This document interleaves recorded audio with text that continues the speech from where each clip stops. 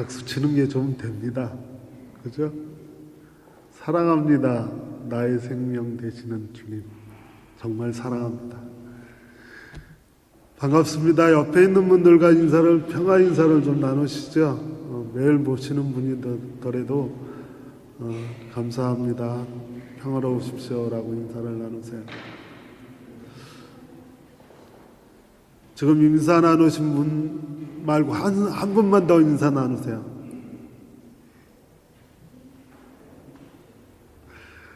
교회를 왔으면 서로 얼굴을 쳐다보고 기뻐하고, 여러분 환영합니다. 주님의 이름으로 여러분 환영합니다. 예수님 여러분 사랑하시고 그리고 우리에게 은혜 주실 줄로 믿습니다. 이준식 집사님 감사합니다.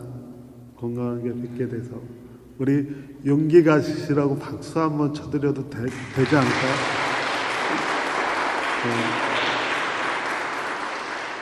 이영민 집사님 안 오셨어요? 제 눈에 안 보이는데.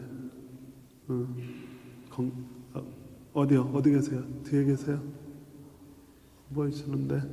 안 오셨다고요? 네, 알겠습니다. 근데 저기 새로 오신 분들은 환영해야 될 텐데 이따 개인적으로 환영하도록 하겠습니다. 어떻게 오셨는지 정말 환영합니다. 잘 오셨어요. 이제부터 좋은 교회, 멋진 교회에 오셨으니까 멋진 신앙인 되십시오. 그렇죠? 네. 반응들이 없으시면 지겐 소식을 좀 전해드리려고 합니다. 지겐 교회는 가는 길이 너무 아름답습니다. 그죠? 여러분은 경험 못 하실 거예요. 저는 갈 때 더군다나 어떤 지점에 가면 이러는 데가 있어요. 너무나 좋습니다. 그리고 지겐교회가 제가 온 다음에 자매 셋이 도망갔어요. 못생긴 목사가 와서 도망갔나 봐요.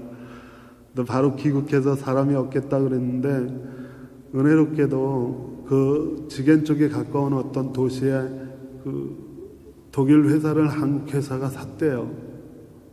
그래서 그 회사의 한인들이 그 한국에 있는 회사 간부직들이 3년 5년 이렇게 계약을 하고 들어와 있고, 또 거기에 또 한인들을 이렇게 고용한다 그래요. 근데 거기서 3명이 지겐교회로 나오기 시작을 했습니다. 3명이 아니라 3가정이에요. 내년 봄에 가족까지 들어오는데 반주자가 없어졌는데, 오늘 보니까 그 중에 한 분이 부인이 플라우가 부인이 그 목사님 딸이래요. 반주할 줄 안돼요. 그래서 지겐교회 또 반주자가 또 생겼습니다. 그래서 얼마나 좋은지 모르겠어요. 너무나 좋습니다. 그러니까 우리 용기 내서 우리도 파이팅 합시다. 이번 주 내내 좀 바빴는데 교회를 올 때마다 제가 이렇게 느끼는 게 하나 있어요. 여기는 낙엽은 안 치워도 되나 보다. 그래서 저도 차를 늘 안 닦지만 제 차 위에도 낙엽이 굉장히 많거든요. 그래서 왜 이렇게 낙엽이 많은가. 그래서 여러분 낙엽 하면 생각나는 거 있으세요? 저는 낙엽 하니까 그 한국의 안도현이라고 하는 시인의 시가 생각났어요. 지난주 오늘 이번 주 다 시 얘기네요. 그래서 그 안도현이라고 하는 시인의 시, 너에게 묻는다라고 하는 시 혹시 아세요? 아주 짧은 시인데 들으시면 다 들었을 거예요. 안도현이라고 하는 시인의 너에게 묻는다라고 하는 시의 내용이 이렇습니다. 연탄재 안부로 발로 차지 마라. 너는 누구에게 한 번이라도 뜨거운 사람이었느냐? 다시 읽어드릴까요? 이게 시 전체 다예요. 안도현이라고 하는 시인의 너에게 묻는다라고 하는 시가 연탄재 안부로 발로 차지 마라. 너는 누구에게 한 번이라도 뜨거운 사람이었느냐? 그런 얘기인 것 같아요. 제가 해석하기에 그 천둥꾸러기 같은 연탄재 다 써서 길바닥에 어디나 요즘은 아닙니다만 우리 어렸을 땐 길바닥에 그렇게 많던 게 연탄재잖아요. 그거 발로 걷어 차는데 그거 함부로 차지 말라는 얘기죠. 왜냐하면 우리는 누구를 한 번도 뜨겁게 한 적 없는데 그 연탄재는 뜨겁게 한 적이 있다는 얘기잖아요. 그러니까 그게 굉장히 뭐라 그럴까 쓸모없는 존재가 아니라는 거예요.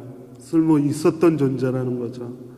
그 쓸모 있었던 것에 대한 존중을 하라라고 하는 얘기 같아요.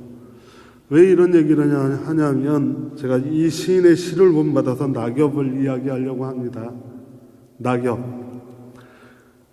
함부로 밟지 마십시오. 끝. 낙엽 밟으면 치우기 힘들어서 밟지 말라는 게 아니고 이유가 있어서 그래요. 낙엽이 잎새가 겨울바람 불고 떨어지면 천덕꾸러기 아무 쓸모없는 거잖아요. 청소도 안 되고 얼마나 더러워요. 그런데 쓸모가 다한 걸까요? 이제는 아무런 쓸데가 전혀 없는 걸까요? 근데 그렇지 않다 그래요. 왜냐하면 지금 우리가 아스팔트 위에 벽돌 위에 떨어지긴 하지만 낙엽은 원래 대지 위에 떨어져서 쌓이게 돼 있어요. 그러면 겨울철 내내 그 낙엽이 썩죠. 썩으면서 뭘 내죠? 열을 내요. 그리고 그 열하고 지열이 만나서 뜨끈뜨끈한 공간을 만들죠. 거기 뭐가 있냐고요? 거기 새 생명의 씨가 있어요. 그래서 새 생명을 품은 씨가 겨울의 찬바람과 모진 날씨를 견뎌내는 까닭이 거기 있어요. 낙엽이 대지를 덮고 그 낙엽 밑에 숨어있는 생명의 씨앗들이 그 낙엽이 썩어가면서 주는 열을 받아서 자신을 보호하다가 봄이 되면 거기서 새 생명이 탄생한다는 거죠. 낙엽은 절대 마지막이 아니라는 얘기예요. 낙엽은 떨어지는 것도 아름답고 경치도 아름답지만 떨어져 있으면서 그 마지막도 아름답다는 거죠. 마지막이 아름다운 저와 여러분이 되시길 바랍니다. 오늘 본문과 관련해서 오늘 이 마지막을 아름답게 하려고 하는 또 한 사람을 오늘 본문에서 발견해요. 마치 낙엽처럼 이제는 끝이라 더 이상 쓸모없겠다라고 생각하지만 그 마지막까지 아름다우려고 하는 한 사람을 발견하는데 누구냐 하면 사도 바울이에요. 디모데후서는 사도 바울이 로마의 감옥에 갇혀 있으면서 쓴 편지예요. 디모데에게 보낸 편지지만 사실은 자신의 사역하는 동안에 만났던 복음을 전했던 모든 사람들에게 마치 자신의 마지막을 준비하면서 정리하면서 보내는 편지예요. 구태여 유언이라고 하는 말은 쓰지 않겠습니다. 지금 사도 바울은 로마의 감옥에서 형 집행을 기다리면서 그 마지막을 아름답게 장식하려고 준비하고 있어요. 로마를 가봤는데 그 사도 바울이 로마에 마지막으로 gat혀있던 감옥이 있어요. 그리고 로마에 가면 사도 바울의 참수터 교회가 세워져 있는데 목이 잘리던 곳에 바울의 목이 딱 잘리면서 3번을 튀었다 그래요.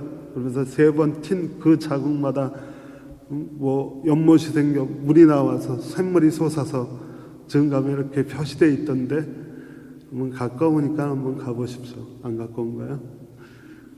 그래서 그 사도 바울이 로마의 감옥에서 그 마지막을 아름답게 준비하면서 정리하는 것들이 있어요. 그래서 오늘 본문 디모데후서 4장을 보면 사도 바울은 자신과 만났던 여러 사람들과 그 사람 관계, 인간관계를 하나하나 정리합니다. 그가 만났던 사람들을 하나하나 생각하면서 그 사람들을 정리해요. 자기 마음속에. 그러면서 사도 바울이 오늘 말씀을 하는 거예요. 이 마지막 사도 바울이 처해 있는 현실을 간단하게 이야기하면 이런 거죠. 사도 바울이 로마의 감옥에서 형 집행을 기다리고 있으면서 자신과 만났던 여러 사람들을 정리하면서 아름다운 마지막을 준비하고 있는데 그 마지막 생각이 내 곁에 지금 아무도 없구나. 그래서 그러잖아요. 내가 처음 나를 변론할 때 내 편에 서서 나를 도와준 사람은 한 사람도 없다. 그리고 모두 나를 버리고 떠났다.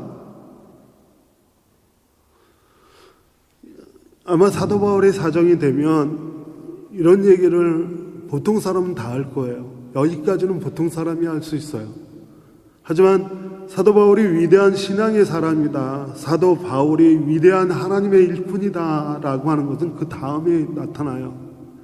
사도 바울이 그 어려운 시기에 마지막 인생의 마지막을 준비하는 그 시기에 자신에게 아무도 같이 하지 않고 모든 사람이 나를 버리고 떠나버렸다라고 이야기하기를 이렇게 이야기하죠. 그러나 그들에게 허물이 돌아가지 않길 빈다. 이 얘기는 무슨 말이에요? 나는 그들을 원망하지 않는다. 그들이 비록 나를 버리고 떠나가 버렸지만 나는 그들을 원망하지도 그들을 불평하지도 않는다. 그러면서 저 스스로에게 물어봅니다. 이런 상황이었음에도 불구하고 나는 얼마나 많은 사람들을 원망하고 불평하고 살아왔는지. 사도 바울이 위대한 신앙의 사람이다, 하나님의 사람이다 라고 하는 건 바로 여기 있습니다. 그는 모든 사람이 자신을 버리고 떠나가 버렸지만 그들을 원망하거나 불평하지 않겠다. 그 이유, 왜? 다만 그가 인간적인 인격이 높아서 아닙니다. 이유가 있어요. 그 이유는 그 다음에 나옵니다. 주께서 내 곁에 서셔서 나에게 힘 주셨습니다. 아멘도 안 해요. 모든 사람이 떠나가 버리고 모든 사람이 나를 버렸는데 사도 바울이 그 떠나가 버린 사람과 나를 버린 사람들을 원망하고 불평하지 않는 까닭이 뭐냐 하면 그들이 떠나간 그 자리에 누가 계셨다고요? 하나님이 계셨다고요. 아멘. 그들이 떠난 그 자리에 하나님이 계셨어요. 하나님이 계셔서 하나님이 그냥 서 계신 것이 아니라 하나님이 거기 계셔서 주님이 거기 계셔서 나에게 힘이 되어 주셨다.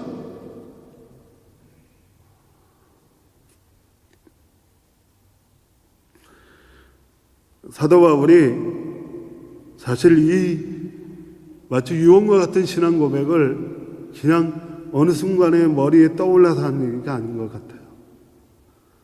저가 사도 바울의 입장이라면 이 순간에 이런 말을 할 수 있는 경험이 있을 거예요. 그래서 말씀을 묵상하다 나 같으면 사도 바울이 이 순간에 떠올리는 사람이 이 사람이기 때문에 이런 신앙 고백을 할 수 있겠다라고 하는 사람이 있더라고요. 그래서 사도 바울이 자신에게 어떤 신앙적 경험이 지금 사도 바울이 나를 모든 사람이 버리고 떠나갔지만 그들을 원망하지 않고 그 이유는 그 떠나간 자리에 우리 하나님이 계셔서 나에게 힘되어 주셨다라고 하는 이 신앙 고백, 이 유언과 같은 신앙 고백을 하게끔 만든 사람이 누구냐 하면 바로 바나바라고 하는 거예요. 일전에 남신도의 총회 때 바나바라고 하는 인물을 소개시켜 드렸습니다. 기억나시죠? 네. 이 바나바, 사도 바울과 바나바는 아주 특별한 관계가 있습니다. 시간이 좀 길어지네요. 바나바와 사도 바울은 아주 특별한 관계가 있어요. 어떤 특별한 관계가 있냐면 여러분 아시는 대로 사도 바울은 다메섹 도상에서 회심을 했어요. 달라졌단 말이죠.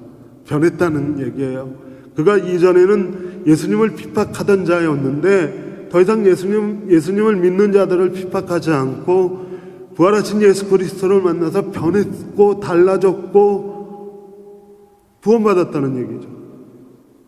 그래서 그가 예루살렘 교회로 갔는데 그를 믿어줄 사람이 어디 있겠어요? 어저께까지 자신들을 죽이던 사람이 오늘 와서 나 달라졌어 라고 이야기하면 누가 믿어주겠어요?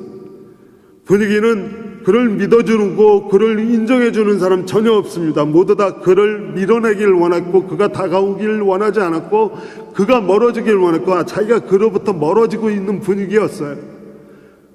우리 인생 살다 보면 그런 순간이 와요. 왜들 이러지? 나 달라졌는데 왜 나에게서 자꾸만 떠나가?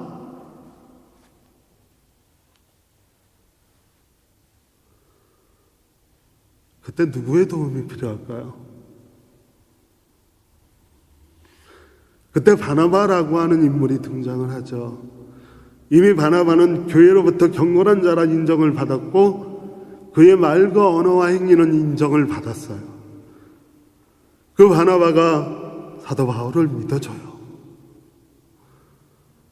그리고 사도 바울을 인정하고 그 사도 바울을 예루살렘 교회에 소개해요. 결국 바나바의 소개 때문에 사도 바울은 예루살렘 교회에서 인정을 받죠.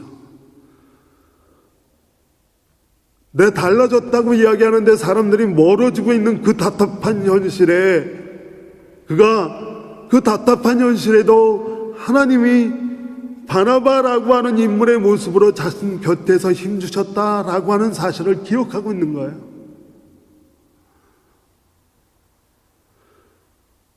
바울은 핍박이 있어서 한 번은 수년 동안을 자신의 고향 다소라고 하는 곳에서 초에 묻혀버린 적이 있어요. 여러분 아시는 대로 사도 바울이 얼마나 이 가슴속에 불이 있는 사람입니까? 이방인을 향해서 죽음을 무릅쓰고 복음을 들고 나섰던 사람인데 이 사람 가슴에 어떤 불이 있겠어요? 근데 그 불을 가지고 핍박 때문에 잠시 동안 초하에 묻혀 있을 때 그가 얼마나 답답했겠어요? 그 답답한 현실. 그때 역시 교회는 바나바를 안디옥이라고 하는 곳에 교회 지도자로 파송을 했는데 바나바는 그곳에 파송받자마자 다소로 바울을 찾아갑니다. 바울을 안디옥으로 데리고 와서 안디옥의 교회 지도자로 세워요.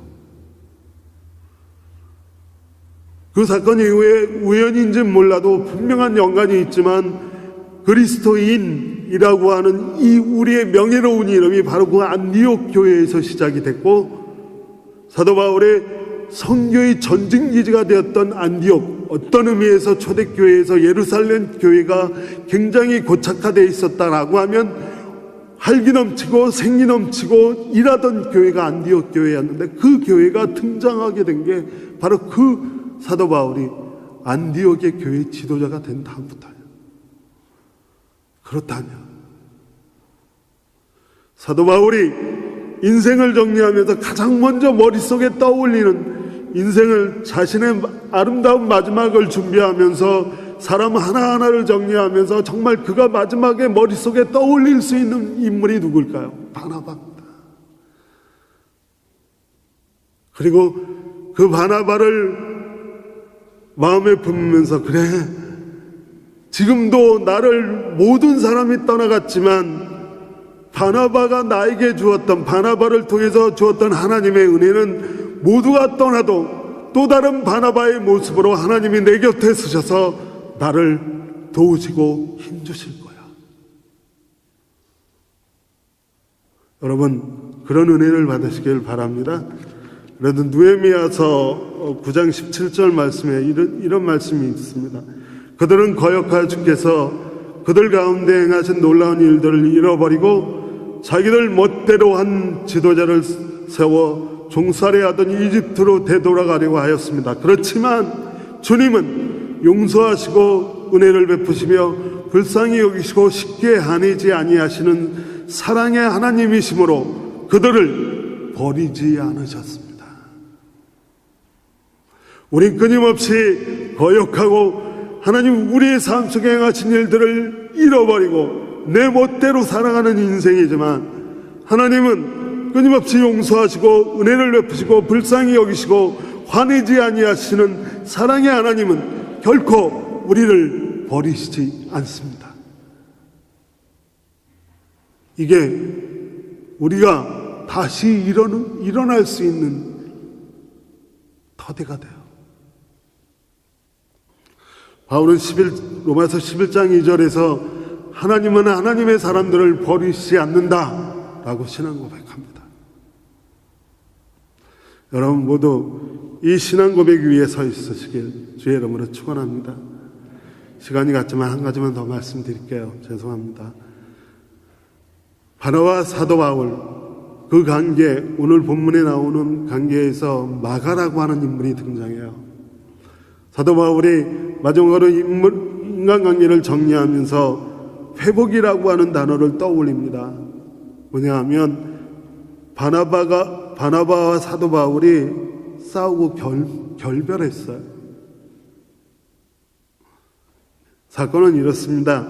사도 바울이 안디옥 교회를 중심으로 선교 공동체를 만들고 제1차, 2차, 3차, 4차 전도 선교 여행을 시작하는데 제1차 선교 여행을 처음 시작하면서 참 좋은 동역자를 얻어요. 그게 바나바였습니다. 바나바가 혼자 떠나기 그래서 자신의 생질이었던 조카였던 마가를 데리고 사도 바울의 1차 선교 여행을 보좌합니다. 같이 가죠. 동역합니다.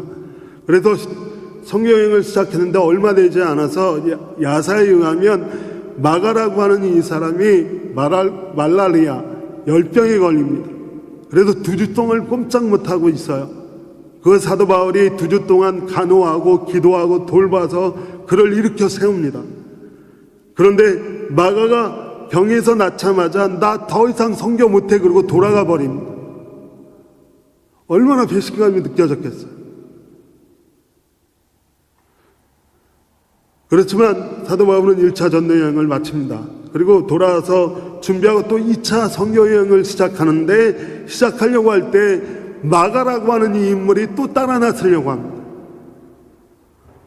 그러자 사도 바울이 기록에는 없습니다만은 바나바하고 싸우고 결별할 정도로 아마 사도 바울이 아주 정당하게 마가에 대해서 이렇게 아마 욕했을 거예요. 너는 선교의 선자도 모르는 놈이야. 넌 선교 필요 없는 놈이야. 넌 선교 자격도 없는 놈이야. 그렇게 이야기했을 거예요. 그러자 마가가 바나바의 도움을 구합니다. 바나바 도와주십시오. 바나바가 중재하려고 나섰다가 바울하고 싸웁니다. 영원히 결별해요. 그 다음엔 한 번도 바나바와 바울이 만나지 않습니다. 아마 이 사건이 바울에겐 큰 부담이 됐을 거예요. 특별히 마가. 믿음의 성숙이 이룬 바울이 자신이 아무리 정당하지만 마가를 향해서 넌 더 이상 선교에 자격이 없는 놈이야. 마가에 대해서 너는 더 이상 선교에 필요 없는 놈이야 라고 상처를 주었던, 그리고 자기 자신 사도 바울이 마가에게 상처를 준 사람으로 기억된다라고 하는 게 자신의 아름다운 마지막을 준비하는 그에게는 도저히 참을 수 없는 일이었습니다. 여러분, 사도 바울은 자신의 인생의 겨울이 다가오기 전에 자기 자신을 정당한 이유에서라도 누구에겐가 상처를 줬다면 더 이상 그 상처를 회복할 수 없는 겨울이 오기 전에 지금 그 상처를 회복하길 기도합니다. 그 인간관계를 회복하길 기도합니다. 바로 죽음을 눈앞에 둔 그가 죽기 전에 꼭 마가와 인간관계를 회복하겠다고.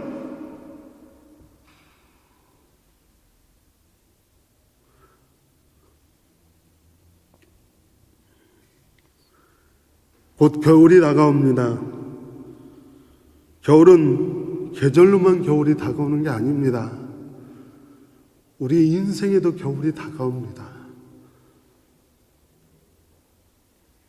시간이 많을 것 같지만, 천천히 하라고 하지만 저는 신앙이 깊어질수록 시간이 없다라고 하는 생각이 듭니다. 지금 아니면 영원히 못할 거라는 생각이 듭니다. 바로 지금이 하나님 우리에게 주신 기회다.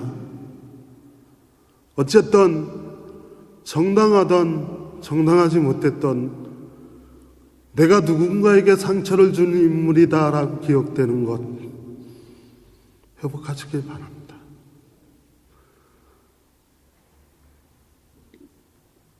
말씀을 마치면서 한 가지 실화에 관계된 이야기를 하고 마치려고 합니다. 제 블로그에 보면 아들의 마지막 전화라고 하는 글이 하나 있습니다. 제 글은 아닙니다. 제가 어디선가 퍼온 글입니다. 내용은 이렇습니다. 휴가철이 된 어떤 부부가 아들이 베트남에 미국에서 있었던 일인데 베트남에 군 복무를 가 있는데 휴가철에 부부가 파티가 있어서 바쁘게 집을 나서려고 하는데 전화가 왔습니다. 아들에게 전화가 왔습니다. 아들이 엄마 잘 지내? 잘 지낸다고. 나 휴가 받았는데 곧 집에 갈 거야. 빨리 오라고. 휴가 같이 지내자고. 근데 엄마 내 친구 하나가 같이 간다고. 오케이. 데리고 와. 같이 휴가 지내자. 근데 엄마 그 친구가 다리가 2개 없어. 팔도 하나 없고 얼굴도 화상 때문에 검게 탔어. 그래? 안 됐구나. 그러면 데려와라. 데려와서 우리하고 같이 지내자. 휴가를. 그래서 같이 있자. 근데 엄마 그 친구 우리하고 같이 살고자 원해.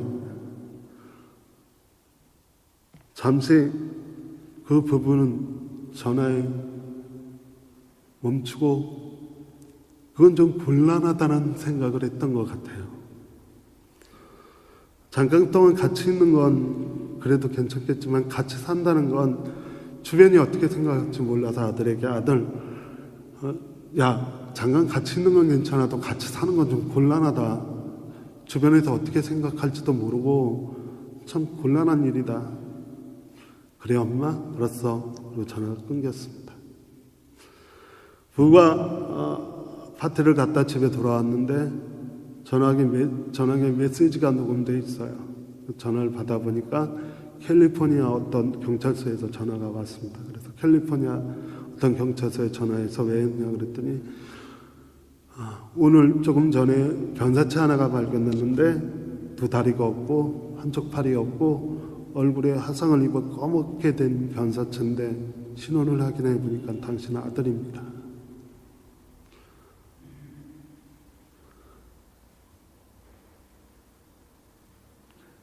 우리가 바쁘게 나가야 되겠죠. 바쁘시죠? 할 일 많으시죠? 네, 어쩌면 우리에겐 이 시간이 마지막 시간일 수 있습니다. 오늘 우리가 정당하든지 정당하지 않든지 사도 바울 마가에 대한 질책과 책망은 정당합니다. 하지만 사도 바울이 인생의 아름다운 마지막을 준비하는 그 시점에서 자기 자신이 누구에겐가 정당하지만 상처를 주고 있다라고 하는 게 너무 마음 아파서 오늘 그걸 회복해야겠다. 그래서 마가를 부릅니다. 겨울이 되기 전에 마가를 데리고 와라. 내가 그와 화해하겠다. 기도하겠습니다. 하나님 감사합니다. 함께 해주셔서 겨울이 오기 전에 우리 안에 존재한 모든 상처와 상처 주었던 모든 인간관계의 회복에 나설 수 있는 용기와 사랑과 믿음을 허락하여 주옵소서. 예수님의 이름으로 기도합니다. 아멘.